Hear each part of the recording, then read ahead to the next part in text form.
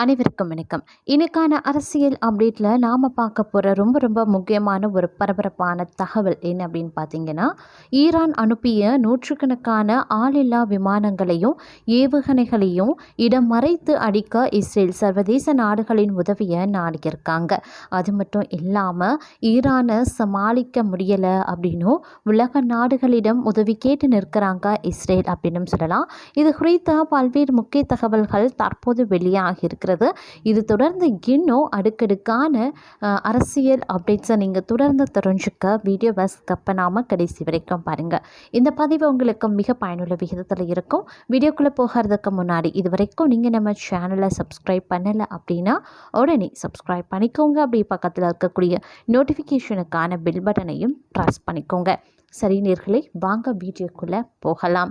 Iran அனுப்பிய நூற்றுக்கணக்கான ஆளில்லா விமானங்களையும் ஏவுகணைகளையும் இடைமறைத்து அடிக்க இஸ்ரேல் சர்வதேச நாடுகளிடம் உதவியை நாடியிருக்காங்க.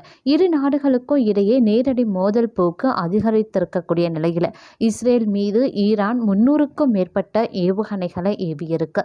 இஸ்ரேல் தனது வான் பாதுகாப்பு அமைப்புகளான அயன் டோம், டேவிஸ் லிங்க்ஸ் மற்றும் ஆரோ போன்ற பல அடுக்கு பாதுகாப்பு அமைப்புகளை இயக்கியிருக்காங்க. ஆனால் இதெல்லாம் கிட்டத்தட்ட தோல்வியில் முடிஞ்சிருக்கு. இஸ்ரேல் விமானப்படை நடத்திய குண்டுவீச்சுக்கு பதிலடியாக நேற்று இரவு இஸ்ரேல் மீது ஈரான் 4வது கட்டமாக பாலிஸ்டிக் ஏவுகணைகளை ஏவியிருக்காங்க. இதில் இஸ்ரேல் தலைநகர் டெல் அவிவ் கடுமையாக சேதமடைஞ்சிருக்கு. அது மட்டும் இல்லாமல் இதற்கு பதிலடி கொடுக்கக்கூடிய விதமாக இஸ்ரேல் மீது ஏவுகணைகளையும் வீசியிருக்கு. ஈரான் இஸ்ரேல் இடையே போர் முற்றியும் இருக்குங்க. இந்த போரின் ஒரு பகுதியாக நேற்று இஸ்ரேல் மீது ஈரான் கடுமையான ஏவுகணை தாக்குதல் நடத்தியிருக்காங்க. கிட்டத்தட்ட 200க்கும் அதிகமான பாலிஸ்டிக் ஏவுகணைகளை வீசி ஈரான் இஸ்ரேல் மீது தாக்குதலை நடத்தியிருக்கு. இதனால் பார்த்தீங்கன்னா இஸ்ரேல் கடுமையாக சேதம் அடைஞ்சிருக்கு அப்படின்னு தான் சொல்லணும். இப்படிப்பட்ட சூழ்நிலையில் தாங்க ஈரான் அனுப்பிய நூற்றுக்கணக்கான ஆளே இல்லாத விமானங்களையும் ஏவுகணைகளையும் இடைமறைத்து அடிக்க இஸ்ரேல் சர்வதேச நாடுகளிடம் உதவியை கேட்டிருக்காங்களாம். அதிலும் குறிப்பாக சொல்லணும்னா அமெரிக்கா, இங்கிலாந்து, பிரான்ஸு மற்றும் ஜோர்டன் போன்ற நட்பு நாடுகளிடம் இஸ்ரேல் உதவியை கேட்டிருக்காங்க. அமெரிக்க இராணுவம் மத்திய கிழக்கு பிராந்தியத்தில் இருக்கக்கூடிய தன்னுடைய தளங்களில் இருந்து ஏவுகணைகளை செலுத்தியும் அருகில் இருந்த கப்பல்களை பயன்படுத்தியும் இஸ்ரேலுக்கு உதவும் அப்படின்னு எதிர்பார்க்கப்படுது. இதுவரைக்கும் அமெரிக்கா நேரடியாக இந்த போரில் தலையிடலை. ஆனால் அமெரிக்கா தங்களுக்கு உதவ வேண்டும் அப்படின்னு இஸ்ரேல் கோரிக்கையும் விடுத்து வந்துட்டு இருக்காங்க. ஈரான் மீது தாக்குதலில் முக்கியமாக ஈரானினுடைய அணு மையங்கள் மீதான தாக்குதலில் அமெரிக்கா தங்களுக்கு உதவ வேண்டும் அப்படின்னு இஸ்ரேல் கோரிக்கை விடுத்திருக்கு. இதன் மூலமாக அமெரிக்காவை அதிகாரப்பூர்வமாக போருக்கு அழைத்தும் இருக்காங்க இஸ்ரேல் அப்படின்னு சொல்லலாம். ஈரானின் போர்டோ யுரேனியம் செறிவூட்டக்கூடிய தளத்தை அழிக்க இஸ்ரேலியம் திட்டமிட்டு வந்துட்டு இருக்காங்க. ஆனால் இஸ்ரேலிடம் போதுமான பதுங்குகுழி தகர்ப்பு வெடிகுண்டுகளோ அப்படி இல்லைன்னா பெரிய குண்டுவீச்சு விமானங்களோ கிடையாது. போர்டோ தளம் மலையின் கீழே ஆழமாக கட்டப்பட்டிருக்கு. ஆனால் அமெரிக்காவிடம் ஈரானுக்கு பறந்து சென்று தாக்கக்கூடிய விமானங்கள் மற்றும் வெடிகுண்டுகளும் இருக்குங்க. ட்ரம்ப் நிர்வாகம் இஸ்ரேலின் நடவடிக்கைகளில் இருந்து இதுவரை விலகியே இருக்காங்க. இஸ்ரேலின் தாக்குதலை ஆதரித்தாலும் நாங்கள் இந்த தாக்குதலுக்கு உதவவில்லை அப்படின்னு அமெரிக்கா சொல்லி வந்துட்டுருக்கு. இஸ்ரேலின் இந்த தாக்குதலில் அமெரிக்காவின் ஈடுபாடு அப்படி இல்லைன்னா உதவி எதுவும் இல்லை அப்படின்னு அமெரிக்கா உறுதியாகவே சொல்லியிருக்காங்க. ஜோர்டன் தனது வான்வெளியை இஸ்ரேலிய மற்றும் அமெரிக்க போர் விமானங்கள் பயன்படுத்த அனுமதிக்க வேண்டும் அப்படின்னு இஸ்ரேல் உதவி கேட்டு வந்துட்டு இருக்கு. அது மட்டும் இல்லாமல் தன்னுடைய எல்லைக்கு அச்சுறுத்தலாக இருந்த ஈரானின் ஆளில்லா விமானங்களையும் சுட்டு வீழ்த்த வேண்டும் அப்படின்னு கேட்டிருக்காங்க. இங்கிலாந்து மற்றும் பிரான்ஸ் படைகளும் இராணுவ தளங்களில் இருந்து உதவி வழங்க வேண்டும் அப்படின்னும் இஸ்ரேல் கேட்டுட்டு இருக்கு. அதாவது ஈரான் நடத்திய தாக்குதல் தாக்குதலினுடைய அளவு மற்றும் சிக்கலான தன்மை காரணமாக இஸ்ரேல் முடங்கி இருக்காங்க. ஈரான் இராணுவ ரீதியாக வலிமையான நாடுங்க. இஸ்ரேல் போன்ற சின்ன நாடு கிடையாது. அது எந்த நாடாக இருந்தாலும் தனியாக சமாளிக்கிறது கடினம் தாங்க. ஒருங்கிணைந்த முறையில் செயல்பட்டால் மட்டுமே அச்சுறுத்தல்களை தடுக்க முடியும். மற்ற நாட்டின் உதவி இருந்தால் மட்டுமே ஈரானின் ஏவுகணைகள் இஸ்ரேல் வான்வெளியை அடைவதற்கு முன்பே செயலிழக்க செய்ய முடியும். ஈரான் நடத்திய தாக்குதலின் தீவிரத்தை உணர்ந்த இஸ்ரேல் நட்பு நாடுகளின் உதவியுடன் தனது பாதுகாப்பை உறுதிப்படுத்திக் கொள்ளும் நடவடிக்கையில் இறங்கியிருக்கிறாங்க அப்படின்னு நான் சொல்லணும். அது மட்டும் இல்லாமல் இஸ்ரேல் ஈரான் ஆகிய இரு நாடுகளும் பரஸ்பரம் தீவிர தாக்குதல் நடத்தி வர்றதுனால கச்சா எண்ணெய் விலை உயர்வு அதிகரிக்கக்கூடிய அபாயம் ஏற்பட்டிருக்கிறதாக தெரிவிக்கப்பட்டிருக்குங்க. அதாவது இஸ்ரேல் ஒரே நாளில் 2 முறை தாக்குதல் நடத்தியதற்கு பதிலடியாக அந்த நாட்டின் தலைநகர் ஜெருசலேம் மற்றும் டெல் அவிவ் உள்பட பல நகரங்கள் மீது ஈரான் ஏவுகணை தாக்குதல் நடத்தியிருக்கு. இதில் இஸ்ரேல் இராணுவ தலைமையகம் உள்பட பல கட்டிடங்கள் தகர்க்கப்பட்டிருக்கு. இதன் தொடர்ச்சியாக இரு நாடுகளுக்கும் இடையில போர் வலுத்தும் இருக்கு.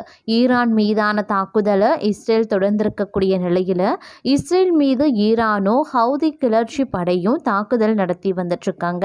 இவ்வாறாக இஸ்ரேல் ஈரான் ஆகிய இரு நாடுகளும் பரஸ்பரம் தீவிர தாக்குதல் நடத்தி வர்றதுனால இந்தியாவுக்கான கச்சா எண்ணெய் விலை நேற்று ஒரே நாளில் பேரலுக்கு $6 உயர்ந்து $78 இருக்கு. இதன் மூலம் கடந்த 5 மாதங்களுக்கு முன்பு இருந்த நிலைக்கு சென்றிருக்கிறது. இருந்தாலும் இறுதியில் $74 நிறைவடைந்திருக்கு. இந்த போர் தீவிரமான கச்சா எண்ணெய் விலை மேலும் உயரும் அப்படின்னு தெரியுதுங்க. இது குறித்து S&P குளோபல் தலைவர் ரிச்சர்ட் ஜோஸ்விக் என்ன சொல்லியிருந்தாரு அப்படின்னா, இஸ்ரேல் ஈரான் போரால் கச்சா எண்ணெய் விலை உயர வாய்ப்பிருக்கு. ஆனால் ஏற்றுமதி பாதிக்கப்படுமா என்பதுதான் முக்கியம். கடந்த முறை ஈரானும் இஸ்ரேலும் மாறி மாறி தாக்குதல் நடத்திய போது கச்சா எண்ணெய் விலை உயர்ந்திருக்கு. பிறகு போர் தீவிரம் அடையலை அப்படின்னும் எண்ணெய் விநியோகம் பாதிக்கப்படலை அப்படின்னும் தெரிஞ்சதும் அவற்றின் விலை சரிந்தது அப்படின்னும் சொல்லியிருந்தார். ஈரானிடம் இருந்து இந்தியா அதிக அளவில் கச்சா எண்ணெயை இறக்குமதி செய்யலை. ஆனாலும் நாட்டின் ஒட்டுமொத்த தேவையில் 80% வெளிநாடுகளில் இருந்தே இந்தியா இறக்குமதி செய்கிறாங்க. இந்த சூழலில் இஸ்ரேல் ஈரான் போர் காரணமாக சரக்கு போக்குவரத்து தடைபட வாய்ப்பு இருக்கு. குறிப்பாக உலக அளவிலான கச்சா எண்ணெய் சரக்கு போக்குவரத்தில் 20% ஈரானுக்கு வடக்கே இருக்கக்கூடிய ஹோர்முஸ் ஜலசந்தி வழியாக நடைபெறுதுங்க. இதனால் ஈராக், சவுதி அரேபியா மற்றும் ஐக்கிய அரபு அமீரகத்தில் இருந்து இந்தியாவுக்கு கச்சா எண்ணெய் சேர்வதில் தாமதம் ஏற்பட வாய்ப்புகளும் இருக்கிறதா சொல்லப்படுது. அதே சமயம் இஸ்ரேல் தொடர்ந்து அணு மற்றும் இராணுவ தளங்களை தாக்கினா தங்களின் தாக்குதல்கள் இன்னும் கடுமையாகவும் பரவலாகவும் இருக்கும் அப்படின்னு ஈரானும் எச்சரிக்கையை விடுத்திருக்காங்க. ஈரானின் புரட்சிகர காவல் படை இந்த எச்சரிக்கையை விடுத்திருக்கு. இந்த எச்சரிக்கை அப்படிங்கிறது ஈரான் இஸ்ரேல் மீது பல டசன் பாலிஸ்டிக் ஏவுகணைகள் ஏவியதன் பின்னர் வெளியாகிருக்கு. இந்த தாக்குதலில் 3 பேர் உயிரிழந்திருக்காங்க. அது மட்டும் இல்லாமல் பலரும் காயமடைந்திருக்கிறாங்க அப்படிங்கிறதும் குறிப்பிடத்தக்க ஒரு விஷயம். வடக்கு இஸ்ரேலில் ஈரானிய பாலிஸ்டிக் ஏவுகணை தாக்குதல் காரணமாக உயிரிழந்தவர்களின் எண்ணிக்கை 3ஆக அதிகரிச்சிருக்கு. ஹைபாவின் கிழக்கே இருக்கக்கூடிய வடக்கு நகரமான தம்ராவில் இருக்கக்கூடிய 2 மாடி வீட்டை ஈரானிய பாலிஸ்டிக் ஏவுகணை தாக்கியதில் ஒரு பெண் உயிரிழந்திருக்கிறதோடு 13 பேர் காயமடைஞ்சிருக்காங்க. இஸ்ரேலின் ஹைபா நகரத்தில் டசன் கணக்கான பாலிஸ்டிக் ஏவுகணைகளை கொண்டு ஈரான் தாக்குதல் நடத்தியிருக்கு. இஸ்ரேல் பாதுகாப்பு படை தெரிவித்திருக்காங்க. இந்த நிலையில் மறு அறிவிப்பு வர வரைக்கும் பொதுமக்கள் தங்கும் இடங்களில் இருக்க வேண்டும் அப்படின்னு அறிவிக்கப்பட்டிருக்கு.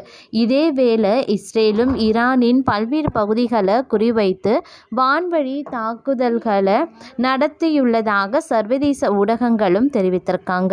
ஈரானின் அரசு தொலைக்காட்சி வெளியிட்ட செய்தியின்படி இன்னும் சில மணி தினங்களில் இஸ்ரேல் மீதான கடுமையான மற்றும் அழிவுகரமான பதிலடி தாக்குதலை ஈரான் மேற்கொள்ளும் அப்படின்னு எதிர்பார்க்கப்படுது. இந்த தாக்குதல் ஈரானின் முக்கிய இராணுவ தலைவர்கள் இஸ்ரேலின் தாக்குதலில் கொல்லப்பட்டதற்கான பதிலாக வரும் அப்படின்னும் கூறப்பட்டிருக்குங்க. ஈரானிய இராணுவம் முழு தயார் நிலையில் இருக்கிறதாகவும் தாக்குதல் நேரம் குறித்த விபரம் விரைவில் வெளியிடப்படும் அப்படின்னு ஊடகங்களில் செய்தி வெளியிட்டிருக்காங்க. இந்த நிலையில் இஸ்ரேலின் முக்கிய நகரங்களில் பாதுகாப்பு நடவடிக்கைகள் தீவிரப்படுத்தப்பட்டிருக்கு. அத்துடன் இஸ்ரேல் பிரதமர் பெஞ்சமின் நெதன்யாகு ஜெருசலேமில் தன்னுடைய பாதுகாப்பு அமைச்சரவையை கூட்டியுள்ளதாகவும் தகவல்கள் வெளியாகியிருக்கு. மத்திய கிழக்கு பகுதியில் பரபரப்பான நிலைமை உருவாகி இருக்கக்கூடிய நிலையில் உலக நாடுகள் அமைதிக்கான அழைப்புகளை விடுத்தும் இருக்காங்க. வியூவர்ஸ், இந்த பதிவை பற்றி நீங்கள் என்ன நினைக்கிறீங்க அப்படிங்கிற உங்களுடைய தனிப்பட்ட கருத்துக்களை மறக்காமல் கமெண்ட் பாக்ஸில் தெரியப்படுத்துங்க. இது போன்ற பல்வேறு முக்கியமான பரபரப்பான தகவலை தெரிஞ்சுக்க நம்ம சேனலை மறக்காமல் சப்ஸ்கிரைப் பண்ணிக்கோங்க.